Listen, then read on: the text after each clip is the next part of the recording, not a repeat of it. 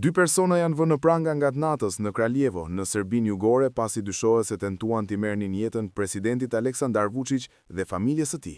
Lajmi është konfirmuar nga Ministria e Brendshme dhe Policia e Kraljevos. Sipas Ministrisë së Brendshme, burrat e arrestuar i përkasin moshave 51 dhe 43 vjeç, ndërsa raportimet në lidhje me këtë ngjarje nuk kanë bërë publike emrat e të dyshuarve. Dyshi i arrestuar dyshohet se përveç eliminimit të Vučić, ata tentuan që të ndryshonin dhe rendin kushtetues të Serbisë në mënyrë që të përmbysnin organat e larta shtetërore. Në lidhje me këtë situatë, Ministria e Brendshme shkruan, ata dyshohet se kanë organizuar midis dhjetorit 2025 dhe shkurtit 2026 një ndryshim të dhunshëm të rendit kushtetues të Serbisë dhe përmbysjen e organeve më të larta shtetërore, duke përgatitur blerjen e armëve dhe një atentat ndaj jetës dhe gjymtyrëve të presidentit të Republikës së Serbisë, gruas dhe fëmijëve të tij, me qëllim privimin e tyre nga jeta, si dhe një sulm ndaj anëtarëve të Ministrisë së Brendshme të Republikës.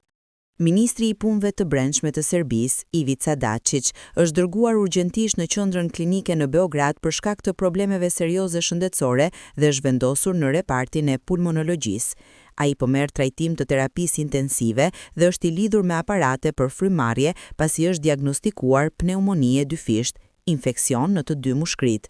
Mjekët kanë thënë se situata është shumë e rëndë dhe po bëjnë gjithçka për ta stabilizuar atë, raporton Danas.rs. Mjekët kanë theksuar se në 72 orët e ardhshme pritet të shihet se si do të zhvillohet gjendja e tij dhe për momentin është ende shumë herët për një parashikim. Dačić ka pasur probleme me shëndetin edhe ditët e fundit dhe për këtë arsye nuk ka marrë pjesë në disa angazhime të punës politike kohët e fundit. Ndryshe, Dačić ka qenë zëdhënës i kasapit të Ballkanit, Slobodan Miloševićit gjatë viteve 90. Të tjera detaje janë zbardhur nga arrestimi i efektivit të policisë së shtetit Aurel Kaziu, i cili u arrestua nga autoritetet e Kosovës pasi u gjet një shumë prej 1 milion eurosh të padeklaruara. Burime të reja të bëra publike nga mediat shqiptare hedhin dritë mbi rrethanat dhe profilin e 28 vjeçarit, i cili kishte më pak se një vit që ishte emëruar si agent krimesh në komisariatin numër 5 në Tiranë. Sipas tyre, i riu dyshohet se mund të jetë nga grupe kriminale për transportimin e shumave të mëdha të parave drejt Shqipërisë. Ajo bëri me dije se pala e Kosovës kishte siguruar informacione paraprake për lëvizjen e automjetit dhe më pas ka kryer një kontroll të detajuar me pajisjet posaçme, ku zbulua shuma e konsiderueshme e parave e fshehur në pjesën e poshtme të furgonit.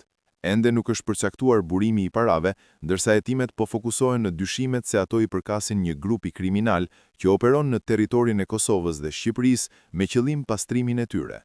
I arrestuari është një polic i ri, thuajse një vit kishte si polic, ishte një agent krimesh, kishte pak kohë i fejuar, familjar.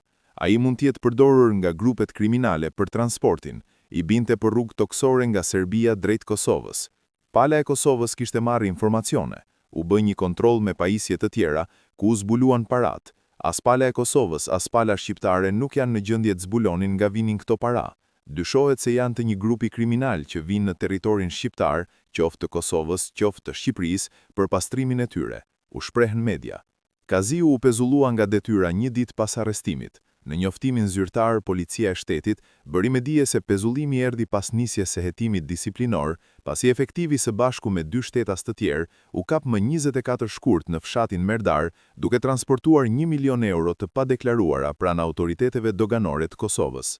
Mësohet se 28 vjeçari ishte nisur drejt Kosovës menjëherë pas përfundimit të shërbimit, duke përfituar nga 2 ditë pushim.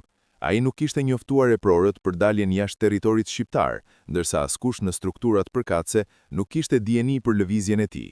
Në të njëjtën kohë, burime nga grupi hetimor bëjnë me dije se emri i tij është përmendur edhe më herët në dyshime për përfshirje në transport mallrash dhe emigrantësh shqiptar drejt Mbretërisë së Bashkuar, çështje që pritet të verifikohet në vijim të hetimeve. Së bashku me Kaziun, në pranga ranë edhe Ardit Laska dhe Etnik Ahmak Gjokaj, të cilët udhtonin me të njëjtin automjet.